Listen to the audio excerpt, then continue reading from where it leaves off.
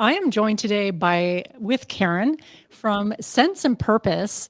And Karen, you have created a cannabis beverage company called Sense and Purpose. And I'm really glad that you're taking the time to sit down with me today and talk about all things around cannabis beverages and Sense and Purpose. But before we get into all the meat and potatoes today, why don't you introduce yourself to the listeners of Bite Me? Sure.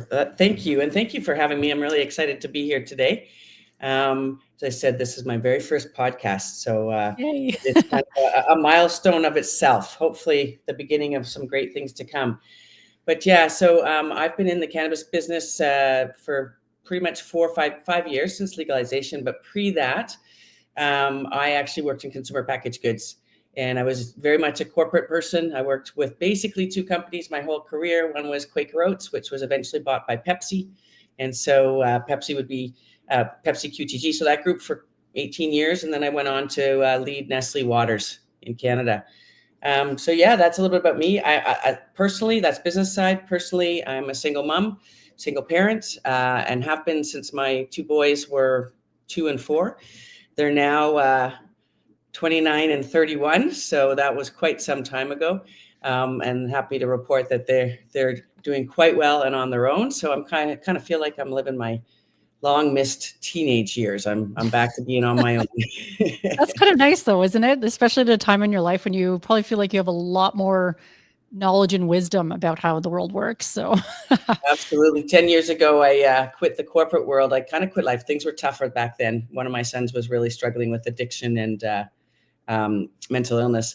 So I quit the world and I ultimately went traveling around Southeast Asia with a bunch of 20-year-olds. And Oh, I'll tell wow. you that feeling, I was 50 at the time. But to your point, that feeling of, basically being able to travel like a 20-year-old, but with the budget and the wiseness, or if that's the right thing to look at, experience of a 50-year-old, it was a pretty fun experience, I must admit. That would have been amazing, actually. I think that would be a lot of fun. And like I love hanging around younger people, but then sometimes I'm reminded that, oh yeah, I'm not 20 anymore. That's it. Yeah. Yeah. And I love that you mentioned that you were working with Quaker or Pepsi because where I live, there's a Quaker plant. I guess it would be Pepsi now, but they make, I'm not sure what they make, but the city often smells like toasted oats or maple syrup and stuff. And it's so nice. It's very refreshing. Instead of having like a factory that's spewing out chemicals, it's spewing out deliciousness. I So, actually worked in that factory, so that's a small world connection between you and I, oh, because that's I neat. did years and years ago in the late 80s. I worked out of that building. Well, there was the plant, and then there was the head office right Yeah. across the river, Yeah. which now I don't even know what they use it for now. I guess it's all just backup because they did move to Toronto. But yeah, going in there and seeing they used to make Captain Crunch and Yeah. granola bars and all sorts of fun stuff. Yeah. The instant oatmeal and oats and puffed rice, I think, even all kinds of Yeah, things. that's it. Yeah. You hear the Yeah. bang right when they were puffing it. Yeah. Yeah. Yeah. But people love Quaker oats. Why people still call it Quaker in town, but it's Yeah. just well loved because it smells so good. So, Yeah, no, yeah. that's where I got my foundation. Yeah. So you've were in the consumer packaged goods and then you decided to transition to the cannabis industry, which most people would think is not an easy transition to make because it's so highly regulated. What inspired you to venture into cannabis beverages? It's interesting because it wasn't really a direct path. It wasn't like I woke up one day and went, "Oh, I'm going to go into cannabis. That'd be a good place to be." There was a lot of a big dose of naivety, I would say, Right. because I did not understand what such a highly regulated industry would mean. And I think that's a good thing because if I did, it's one of those things. If I knew then what I know now, I might not have done what I did. You Right. know what I mean? But ultimately, where it happened is, as I mentioned just a minute ago, I had gotten to a point in my career. I was doing really, really well. I was set to go international, which is something I'd always wanted to do. And at the same time, I was having huge challenges with one of my sons, and one of my sons was having huge challenges. And I was getting, the more I was trying to help him, the more unhealthy I was getting. So I was, I guess, burning the candle at both ends, trying to run the company, trying to help this child that at the time we didn't know was schizophrenic and an addict. So, Right. it just got really tough. So I sort of stepped away from corporate world, the beginning of that trip that I just told you about, just to get myself sort of healthy and, mind, body, spirit back to a place that when he was ready for help, I would be ready to help him. So in that journey, after my travel and having a year of just a ton of fun, really, and learning myself and getting to know myself again, I started taking contracts because I was trying to figure out what I want to do when I grew up at the young age of 51. And cannabis was becoming legal. And so it's a bit of circumstance because I happened to be working on a contract for a small water company, kind of helping them get it on its road to profitability, et cetera. And the brand itself was called Canada Pure. And I'm saying that because it has relevance in that, about a year after working on it, on the business, myself and another consultant to turn it around for the owner, he was really a tech guy. This was more of a passion project for him. And he tasked us to sell it. And we were a bit taken aback because we'd worked so hard and we turned this brand around for him and we were on a really good path. And in fact, cannabis was becoming legal. And as we're brainstorming ideas, it just hit me one day, Canada is known for amazing water. I certainly learned that when I was with Nestle Waters. We're known for amazing weed. They're both healthy products. They're both good for you. I just, with my brain, I kind of went wow, what if you could put weed in water and make a functional drink that could help with things? So it was literally a bit of a dream. So circumstance and dream, and it just kind of went from there. So I got this little bee in my bonnet. Wouldn't it be great to do that? My drive my whole life has been about affecting positive change. That gives me a ton of energy. So I thought, wow, that would really affect some positive change and change some behavior. So yeah, that's basically how it started. I knew nothing about the business of cannabis. All I knew is that I was a consumer of cannabis. And I knew the benefits of cannabis. I used to call it mama's little helper at times, So I knew that there was some really good health benefits to it. And so the more I learned, and as I started to learn that you can control the effect of the cannabis based on, a ratio of cannabinoids and how many, I didn't even know what a cannabinoid was before I got into it, but knowing that there's different ones, it just really became this mission for me to develop the world's purest, cleanest, functional beverage. And at the time when I tried to buy the company, I just thought, man, Canada Pure, what a great name, right? For something that we were trying to do. Now, spoiler alert, I did not get the company. And in hindsight, that was a very good thing because then I started to learn about the regulations and I might not have been able to do exactly what I was thinking at the time. Right. So you've also been a lifelong cannabis user as well. I have been, yes. Yeah. Yes. Do you have a preferred method of consumption? I almost hate to admit it, and I'm trying very hard to change it, but yes, I have been a smoker pretty much all my life. And now with the legalization and we got to the convenience of pre-rolls, I would say that that's typically my preferred choice. However, now that we've got beverages, I am truly working towards 100% walking the talk and getting off of the smoking and onto the drinking of beverages. So, and edibles as well. I'm quite excited, which is another reason I'm excited to be on your show today and learn from you, is I just bought myself a first miracle butter maker, I think it is. Oh, So nice. The magical butter maker. Yeah. Yeah, I want to learn how to make some edibles and really get off of the smoking. Because as we know, combustion or smoking of any type is just not good. So yeah. Well, it's interesting you mentioned that too, because I had a guest on my show quite a while ago and we were busting cannabis myths. And one of the myths we talked about, he felt that cannabis beverages were very akin to the effects you would get from smoking. Much more similar in some respects than in edibles. And I mean, in some ways that checks out because usually the onset's a lot faster with a beverage. It doesn't last as long. And I've kind of, it seems to check out a lot because I do enjoy the beverages a lot myself. And so for those smokers out there who are trying to sort of stay away from that combustion that they know isn't so healthy for them, cannabis beverages can be a fantastic way to sort of replace that habit.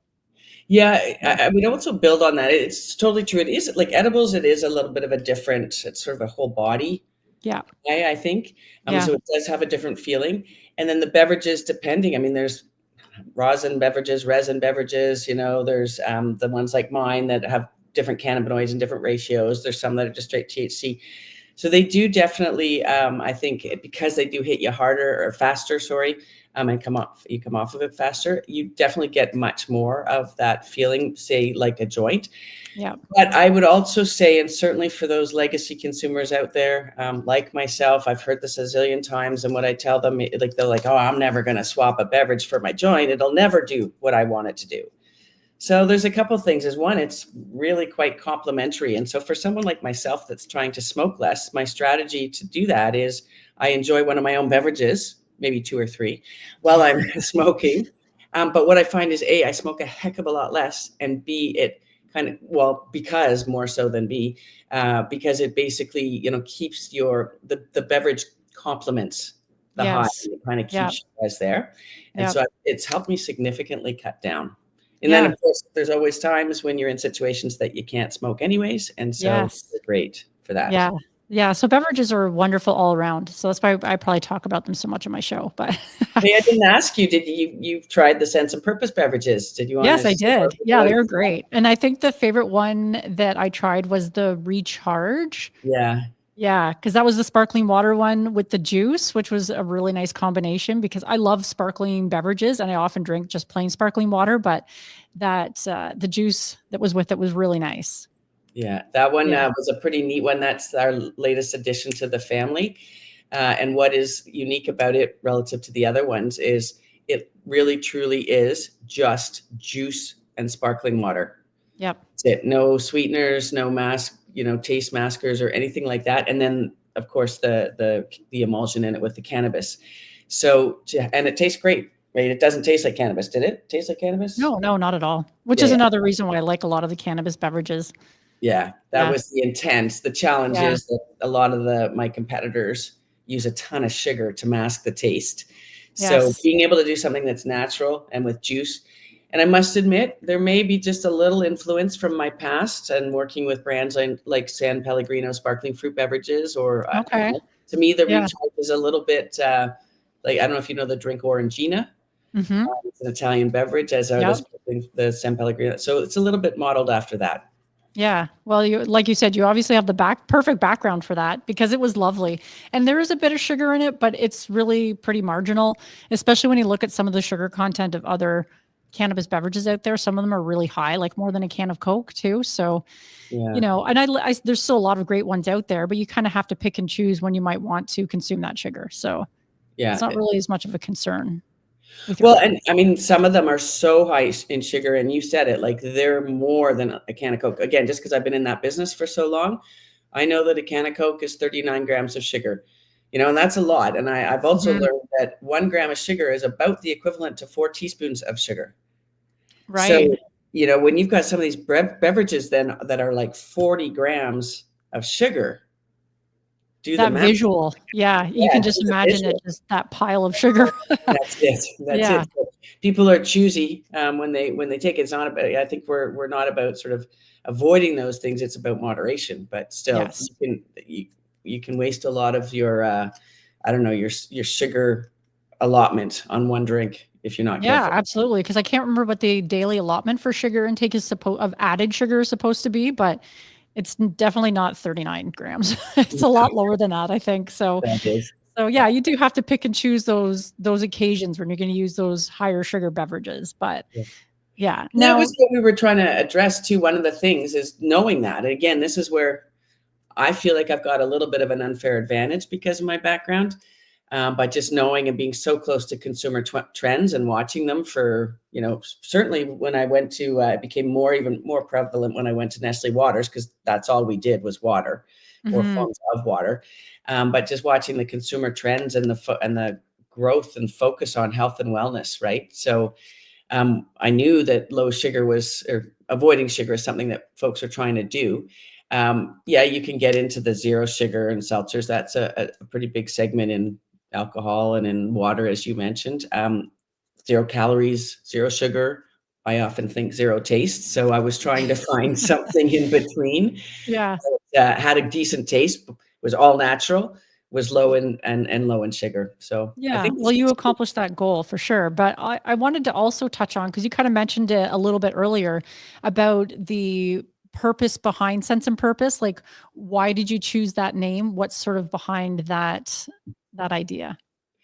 It's interesting. So it wasn't like right off the top. Like most things I'm learning, they never come right to you right away. Like we went through a few reiterations to get to the brand name, and it was quite a fun process. And when we got there, it was one of those things that's going to sound silly. It just made sense. Like it was Right. all of a sudden it was like that. But really, the idea, there's a couple things. So behind Sense and Purpose, Sense itself is about our mission to help people, certainly new consumers. And that's really who we are targeted at. Is if I had to call it a bullseye target, it's more that new consumer. But it was to help people make sense of this world of cannabis, because I truly do believe that cannabis has purpose in everyday life. So that's kind of the easiest to, base premise of it. At the same time, Sense is also about the sort of sensory experience that we want to create. So we don't just put, like, we're not knocking off pop and some traditional flavors. We're really thinking through the ingredients that we use. We're using ingredients that bring inherent claims already on their own. Mm-hmm. And we've got things like green tea paired with ginger juice, with lemon juice, to give really a great sensory effect. So that's the other kind of meaning behind Sense. And the secondary meaning behind Purpose is exactly that, is it sort of reflects, intention, I guess would be the best way to say it. And so it was crafting a product that had a really meaningful role. Like I absolutely wanted these products to have a purpose in people's life, whether it's relaxing or whether it's, connection or self-care or whatever it might be. It was about having a purpose for these beverages. So there's a couple of double entendres, I guess, in there, really. But Sense and Purpose, when you put it all together, I guess at the end of the day, it just really reflects our commitment to sort of balance, and a balanced life and a wellness life. Yeah, I really like that. And it's interesting that you mentioned that about like the new consumer, because I don't think my sister listens to this show, but she's coming down to visit me soon, and she has agreed to try some cannabis beverages. I think the last time we shared cannabis together was in high school, and she did not like it. So she hasn't really touched cannabis since then, but she's willing to try some cannabis beverages, some very low dose ones. So I'm excited to share some with her just to see, you know, let her test it out, because it's been a very long time. And she's kind of curious about it too, right? A lot of people are curious and coming to cannabis through beverages. It's interesting. I've seen a lot of that. And first of all, I'll have to make sure I get you some more Sense and Purpose so Yeah. that she can try them. But Yeah. yeah, I've got so in my age group, I'm actually outside of the bullseye group, as much as I like to think I'm in it, because I think I'm a lot younger than I really am. But I've started doing is I'm trying to figure out ways to get to the consumer, and I'm recognizing that there's a lot that are curious, but very, very hesitant. So I've started doing house parties, and just so Okay. that you have more of that one-on-one experience, you can help people. They feel a little bit, safer, I guess, trying it, doing exactly what you're doing with your sister. So that's awesome. We need more people doing that. But when I start to show them, and I will make them, I've got a cocktail recipe for pretty much each one of them. And I can, Oh, the fun. recharge, for example, that we were talking about, which is basically juice and sparkling water. People have told me it's like a mimosa in a can. So I can show them, if you put in a quarter of the can and you use some really good non-alcoholic sparkling wine or Prosecco, and that's what I do, is I make mimosas with it. Oh, Um, very all of nice. I a like sudden that. they're like, "Oh, this tastes great." And then, it's funny to see them start to get a little bit of the buzz at times, and they get giggly and they love it. And it just eases them into it with like, "Oh, okay, I don't really have that big of a reason to be afraid of this." So Right. yeah, I love what you're doing with her. I think, yeah, that's kind of one of my strategies, is to try to build a whole slew of friends and family brand ambassadors, because I really do think it's that they need. I feel like, especially the women, we need that comfort, that trust. We want Hmm. to make sure when we're trying it, especially when it's the first time. Well, it's the set and setting, right? Like they talk about set and setting a lot with psychedelics, but it applies 100% to cannabis for sure as well. And if Yeah, they're comfortable and they're with somebody that they believe knows what they're doing, they'll be a lot more comfortable. And that's absolutely. half the battle right there. The trust, right? The Yes. trust. Yeah, absolutely. But I like the idea with the non-alcoholic sparkling wine. I think I'll have to try that out, because I find a lot of people also aren't drinking as much anymore because she doesn't drink almost at all because like a lot of women I know that are getting older, they find that alcohol doesn't really agree with them anymore. No, and you know what? That is a huge, I wouldn't even say trend. I think it's becoming a movement. Mhm. And I know there's the term Cali sober that's Yep. floating around, right? Of just no, like cannabis only and no alcohol, but it is growing, whether it's male or female. Certainly, as I said, giving away my age, I'm about to break into a new decade. So my age group, like we're definitely, it's not even that well, it doesn't agree with our bodies in that we can't recover like we used Yes. to, right? Yeah. Yeah. Forget about the liver damage, et cetera. So yeah, no, that's a huge trend that I believe is what will set cannabis beverages up in general to just Right. really, really take off. Yeah. Yeah, I think so. It's definitely still a pretty small market segment, but I just see it growing more and more. And as I've had this podcast now for about 5 years, just people are talking about it more and more. And Yeah. there's I've seen definitely the a interest. huge change in the conversation from 4 years ago when I first started getting out there and actually trying to sell in my product stuff to now. The conversation is it's miles ahead. It's amazing. And then you Right. look down to the US, oh my God, that's my dream in Minnesota. Now they've got a little bit of a loophole because they have the Farm Bill, which legalized hemp and Mhm. products made from hemp. At the time, I don't think they realized that hemp, which does it's the same as cannabis, it just has less than 0.3% THC, that it actually can form a form of THC that is just as potent as from cannabis, but it's being sold outside of the Cannabis Act. So in regular wine stores, like literally there's a store, I've seen pictures of it, where it's here's your beer drinks, here's your cooler drinks, here's your THC drinks, and huge displays. And it's really cool to see that. And I think one day that'll be like that here, but it might I would just love that. And did you mention Minnesota in particular, or just is this just general in the States? no, it's Minnesota in particular, where I Mhm. think they were kind of the lead in, Yeah. I don't want to say the name or get it wrong, but I think it was Six Points Wine Company. It was a specific company that sort of really grasped hold of it. Now more and more states are, so it is starting to spread across the states. Well, because I do have listeners in Minnesota as well, and they told me that they are a lot of the bars, like you can go to a bar and buy a cannabis drink. And I Yeah, was just like, that would be such a game changer because a lot of the times, like I have to be careful when I drink. A lot of the times if you've driven to a place, you have to think about that. And I just also don't want to be laid out for a whole day or longer if I yeah. get a hangover, which takes less and less alcohol these days. So I think that was really forward thinking as far as Minnesota goes, and I wish Canada would be a little more forward thinking on that.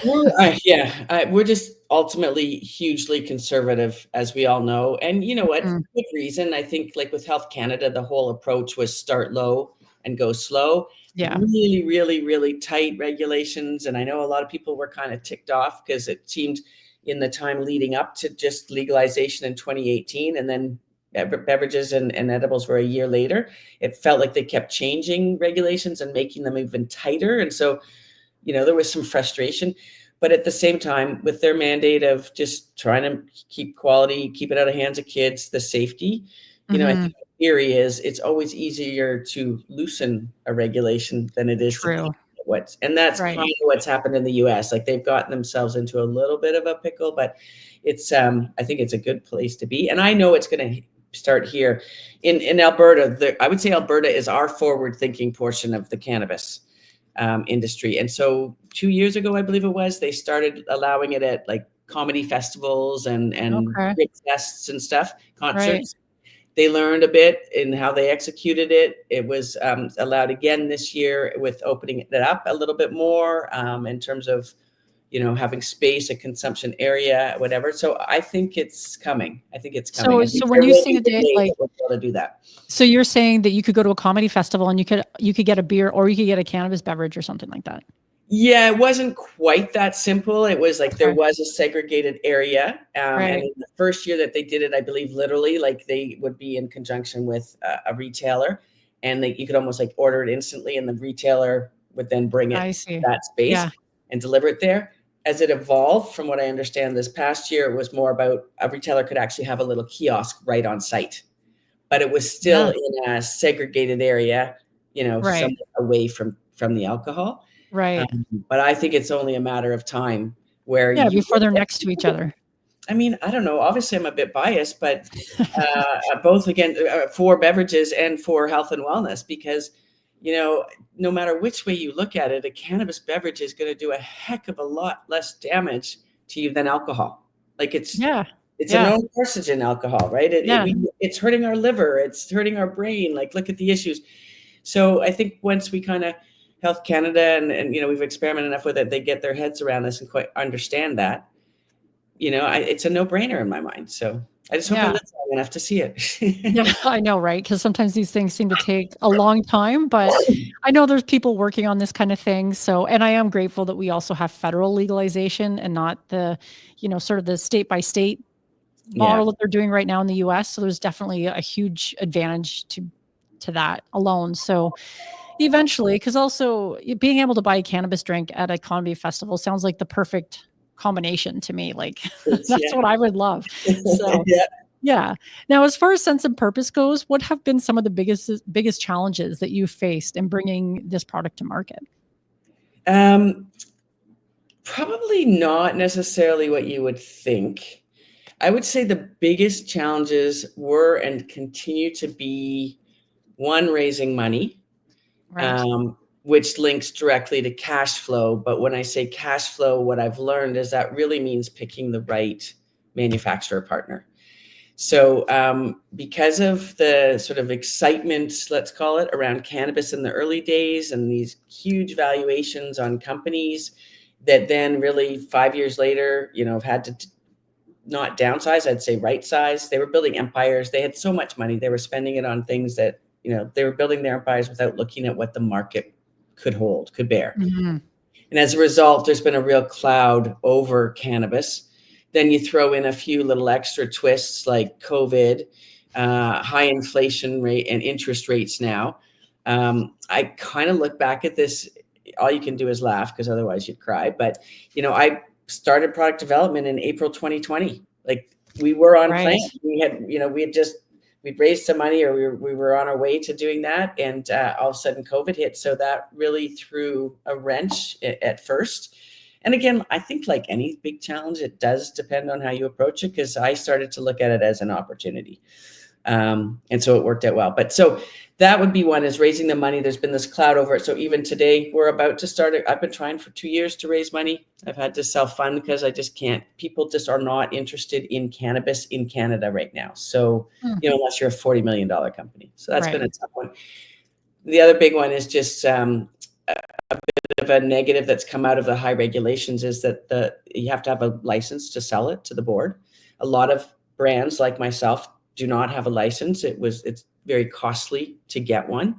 And so we've relied on our manufacturers, and that's created a bit of a problem because they have complete control of cash flow. So Right. unfortunately, what's happening for some of the brands, and I've been through it, is where the manufacturers got their own growing pains and their own challenges. So when they get paid for your order from, say, the OCS, the Ontario Cannabis Store, they just kind of keep that money to help solve their own problems, and they're not passing it along. So, we had a huge challenge. I had to leave one manufacturer because of it. Almost on a high point, I relaunched this year in cans. So again, able to take a negative and turn it into a positive. But yeah, it's kind of the boring business side that's been the biggest challenge, to be honest. When in fact, I thought it would be more about building the brand, when you were so Right. restricted in what you could put on a can or what you can say, or, I thought that would be the bigger challenge. But in fact, it's really been some of the business fundamentals. Yeah, and those are pretty significant challenges from the sounds of it. And you're not the first person that I've heard that aspect of the business is really difficult.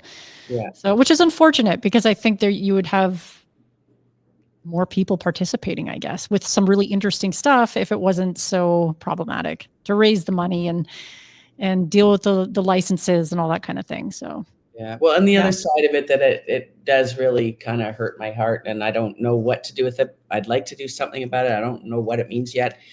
But is what I see it really is kind of squishing the little guy out of the market. Yeah. And we're Yeah. typical Canadian fashion. We're getting very consolidated, and it's a couple or a few big players that are dominating. And, the smaller entrepreneurial, like little brands like myself, are really struggling to survive. And I've unfortunately seen a lot of them not survive. Yeah, and that's unfortunate no matter what industry you're talking about, because it's the smaller brands that I think bring a lot of interesting things to the market.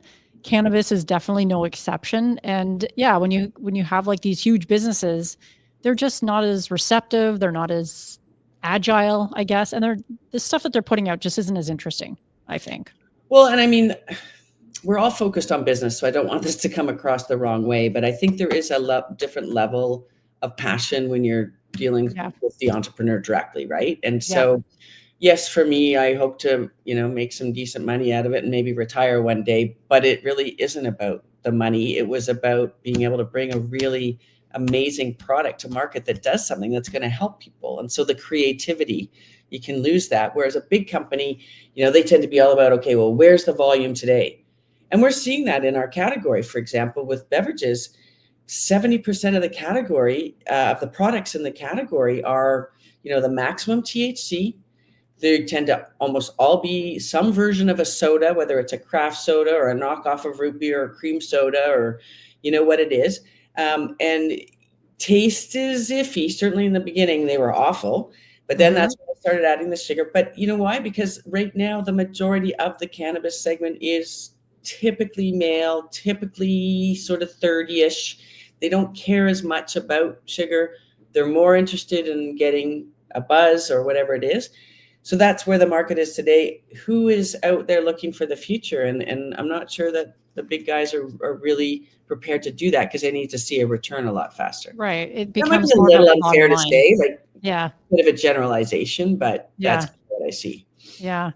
Yeah, well, I mean, it's entrepreneurs like you that are changing the game and bringing out these interesting products, and you have your ear to the ground when it comes to some of these other people who are consuming them. Like, it's not just the 30-year-old guy. It's like someone like me who's in my 40s, and I have a very different perspective on the world. So we need folks like you to be putting these things out. So I hope on that same vein, you can share some of the wins or the milestones that you've hit.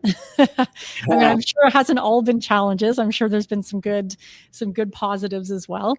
Yeah, no, look, I did realize, I would say one of the biggest challenges in general, I'm not sure that a lot of people have been able to do it. I'm very proud of the fact that I have, but is just shifting from that corporate world to that entrepreneurial world Yes. where, corporate world, you've got systems, you've got processes, you've got data, you've got all sorts of things. In this world, it's a little bit like all over the place. So yeah, no, we've had some really amazing wins. If I think, and I was thinking about some of the things that have, just I get such a high from, no pun intended, because I haven't smoked anything. um, one of the big ones was, I was about 2.5 years into this, like researching and trying to figure out how to make it happen before we finally raised our first bit of capital. And we were at the point where it was like, okay, we're either going to go somewhere or we're not. And so when we closed that sort of first lead investor in that first round, quite honestly, the only round so far, and that was able to get us to market. I just remember how excited we were, and we had done so much prep and work that we were ready to just go. So from closing the capital to making, I think we were in market within 6 months, which was pretty cool. I would say another big one, which all the time gets me excited, is when I see some of the results coming in. So in Alberta, I just saw somebody was doing some due diligence on Sense and Purpose. We've been having some talks about maybe working together, and told me that, guess what? We've been consistently ranked the number 7 best-selling brand in Alberta for beverages. There's 70 or 80 brands. So Wow. I'm pretty excited about that. I know Yeah. when we launched in cans was another big highlight this year, because I launched in a bottle initially for a very specific reason. It was COVID. Mhm. We couldn't get the right cans. I'm out of efficacy. I didn't want the cannabinoids leaching into the can liner, so I went in bottles.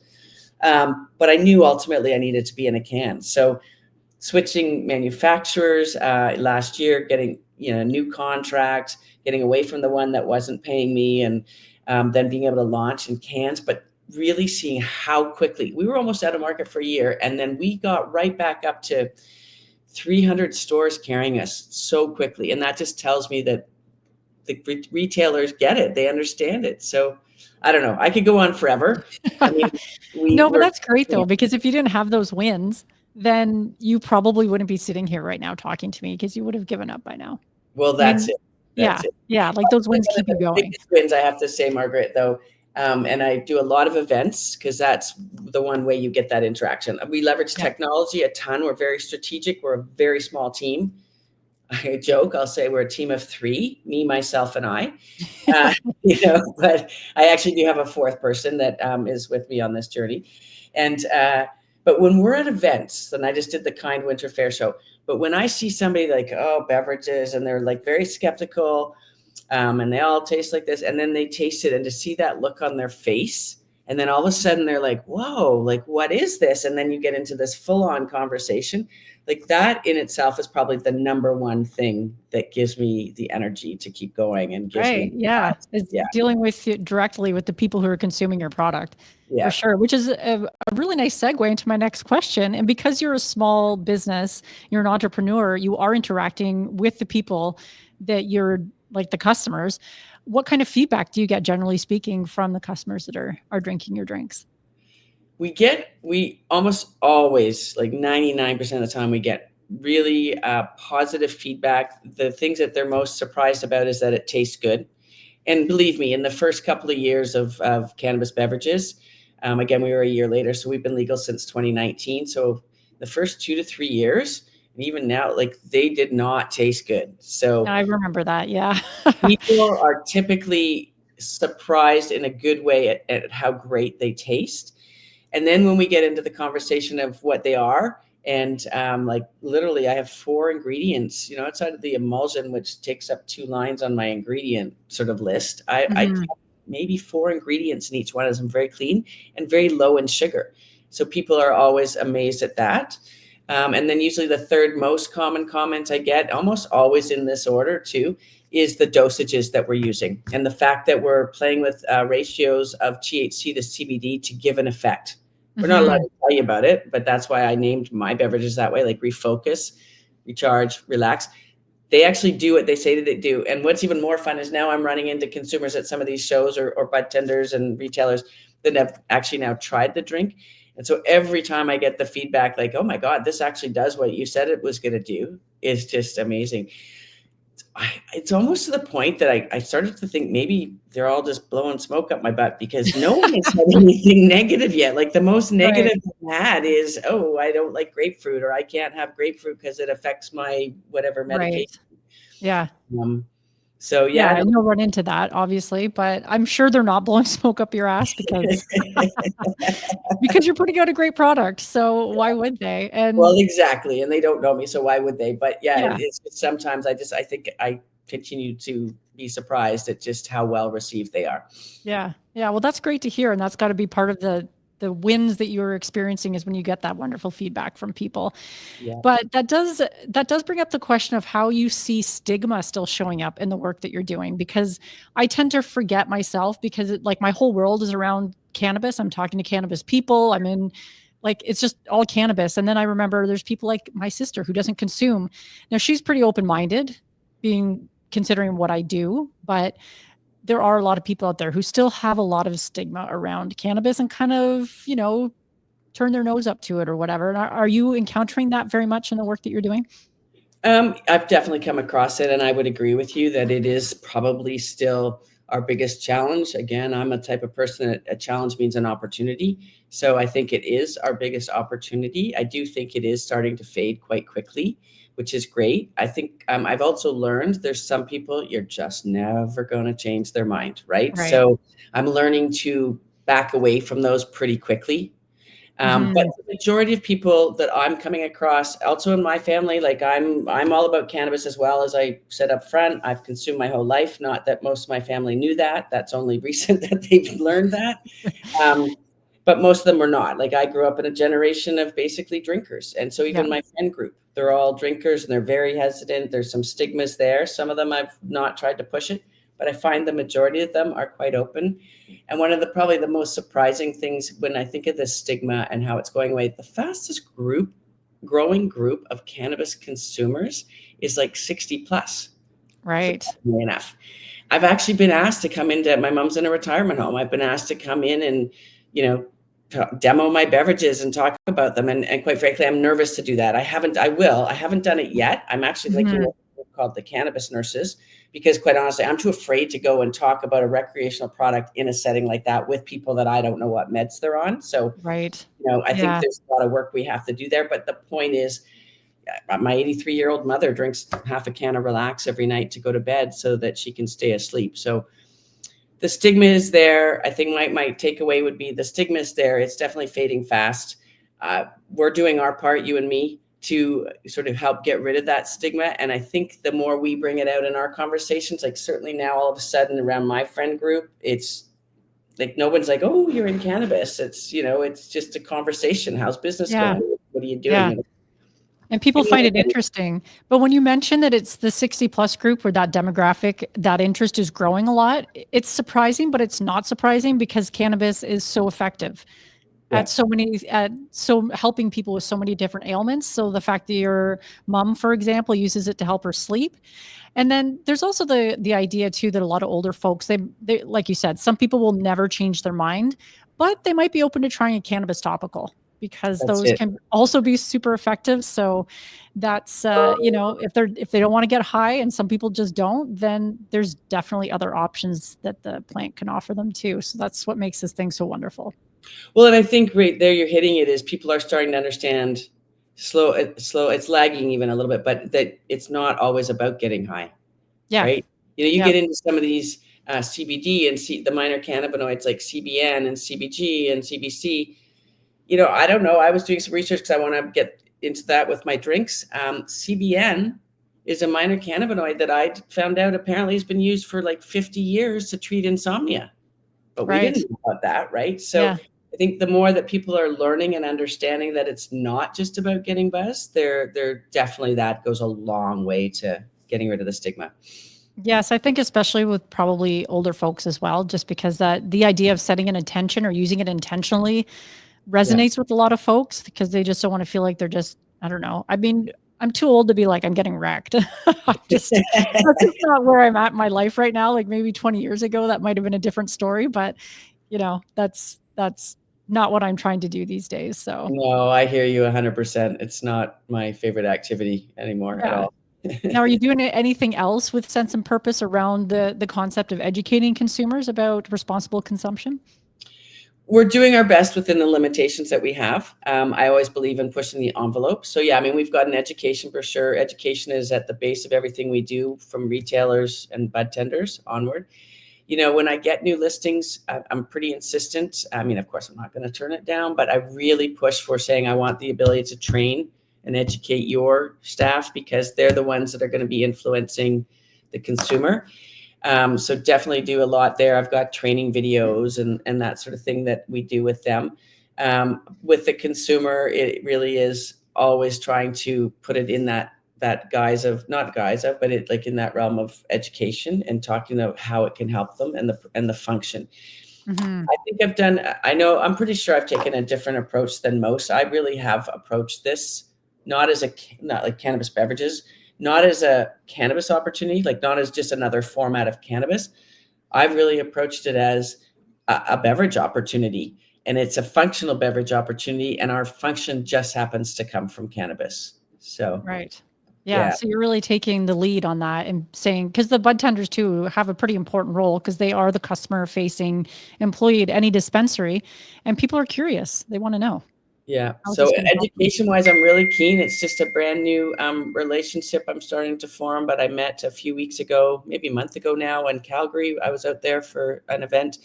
And as I said, I mentioned I met this group called the Cannabis Nurses. Hmm.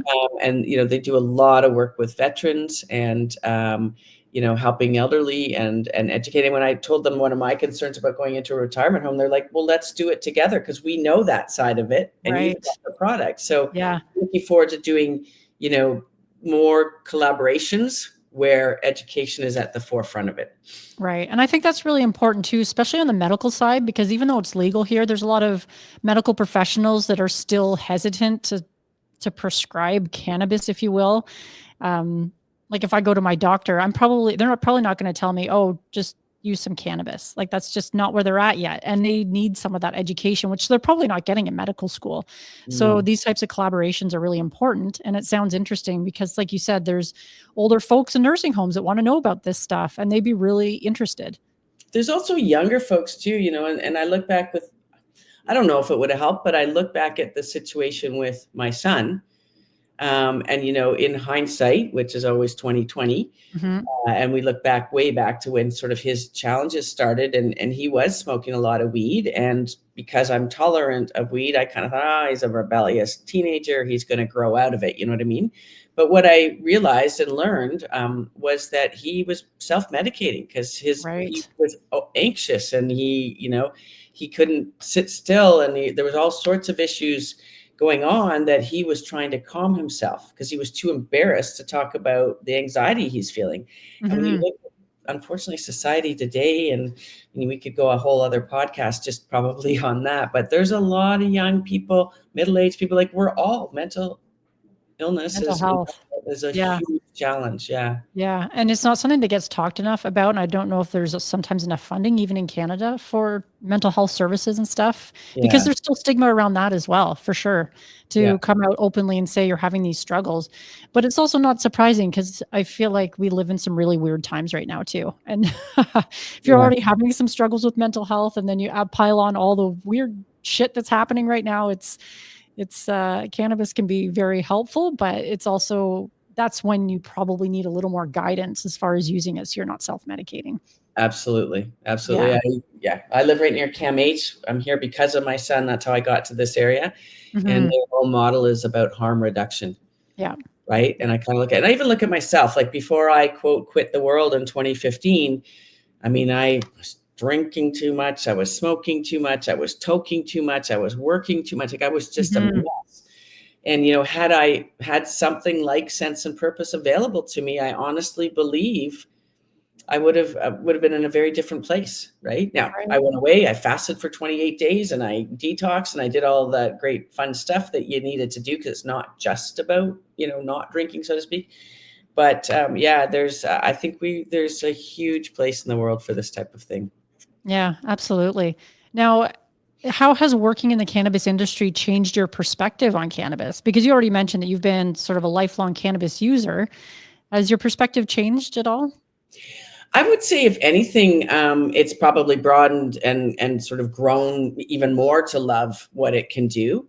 As I said, I've learned a ton, but when you start to really understand how it's been used, like I didn't know CBN and had been used for insomnia for 40 years, and we use did it in different formats. I would say it's really helped me grow and really appreciate it.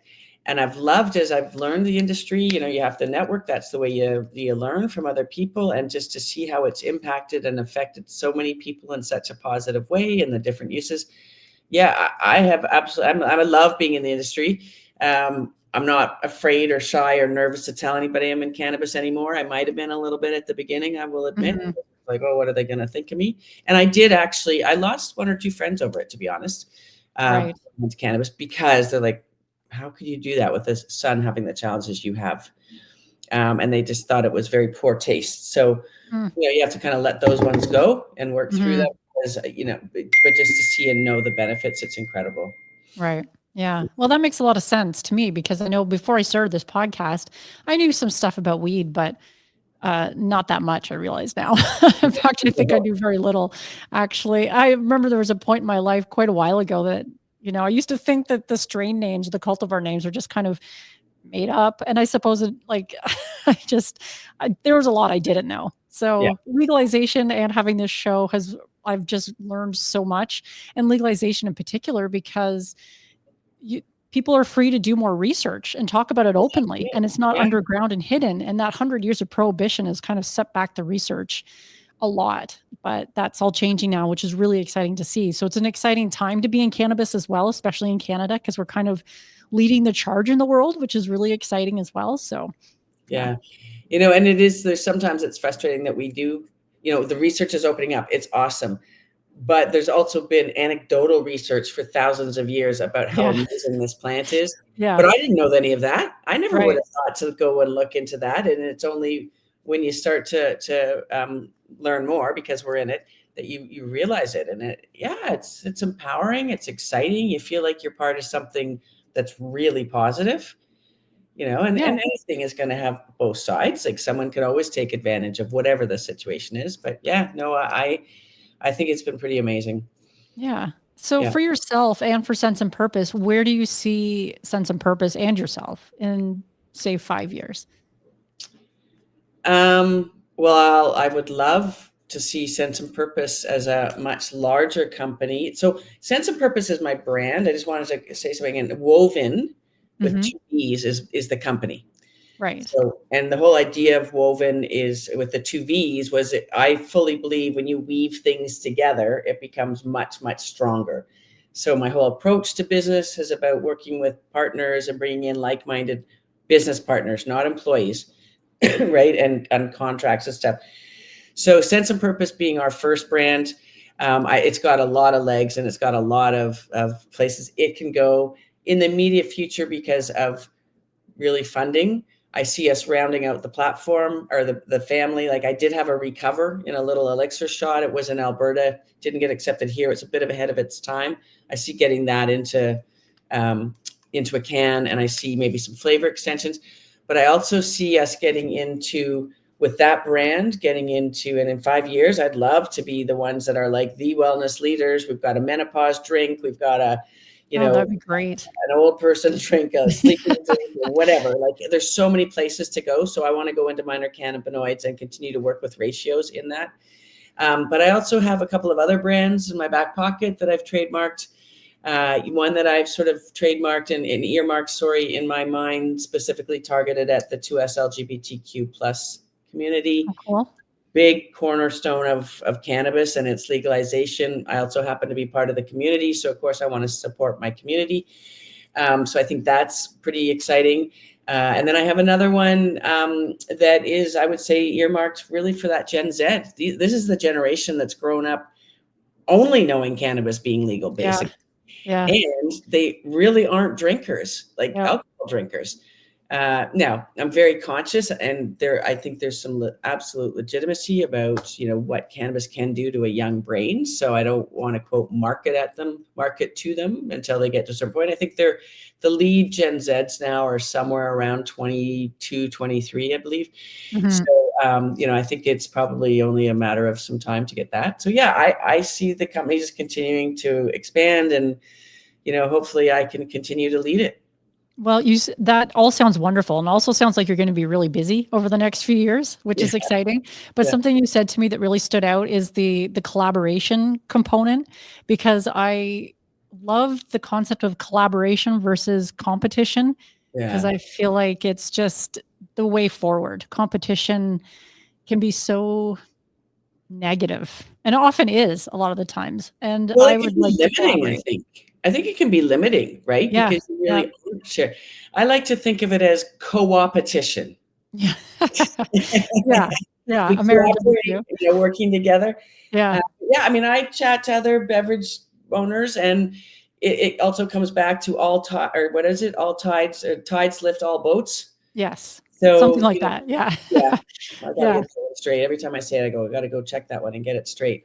But basically, tides lift all boats. So, Yeah. you know, if I'm talking and collaborating or doing a sharing space in an event with another beverage brand, as long as we're not positioned at the exact same target, it doesn't matter. I mean, humans, we drink on average 10 beverages a day. So Right. I'm not expecting, and I'd be, I think, silly to think that, oh, I'm going to dominate cannabis beverages and I want everybody to drink only Sense and Purpose. Like that's never going to happen. And you don't want that to happen. Now, Yeah. The I do competition is want them to healthy. drink 4 a day because I have recover, recharge, refocus, and relax. So I've Right. made them all about the time of day so you can, one fits in any occasion in the day. But yeah, no, I totally about the working together. Yeah. I kind of feel like that's more of a female thing too in our style of leadership, and I think so too. Yeah. Because I've been like, I had 2024 as my year of community. And so a lot of the interviews I've been doing, this concept of collaboration, when I've been talking to guests on the show that were female, or women, that seems to come up really naturally. It's not something I had to bring up myself. And I find that really interesting. And I love it because I really think, like I said, collaboration is the way forward. We've historically had a lot of competition, and I'm tired of it, We got a frankly. Yeah. huge world. There's room for everybody. There Yes, really is, exactly. Yeah. right? Yeah. Yeah. Yeah. So just to wrap up here before we go, what would surprise people about you? Um, hmm. Often my age does, Right. right? Often they think I'm a lot younger than I am. And I Um, can see you. The people listening, you'll have to go perhaps to the show notes to check out the video, but you definitely do look younger than your age. Aw, thank you. Yeah. And I have white hair, so that's Yeah. surprising, Yeah. I right? mean, it looks kind of blonde. Platinum blonde. Yeah. Yeah, Yeah. but it's all natural. This is COVID Yeah. hair, by the way. I don't color Right. it. Yeah. What would surprise people about me? I mean, I think probably the most people are most surprised when they learn that I've smoked cannabis all my life, Right. especially since I was in the corporate world and I was pretty high up in the corporate world. Um, Right. I think that's a little bit of a surprise. But That and would there's definitely be like that. surprising. Yeah. Yeah. That's a great way to wrap up because a lot of the times I realize from doing this show and talking to so many people that people who use cannabis come from all walks of life, Mhm. and period. That's it. Well, So, that's it. Yeah. yeah. Yeah. So, Karen, I just want to say thank you so much for talking with me today. This has been a really interesting conversation. And of course, I wish you all the best in the next year, the next few years, and I'll be watching what you're doing. And thank you.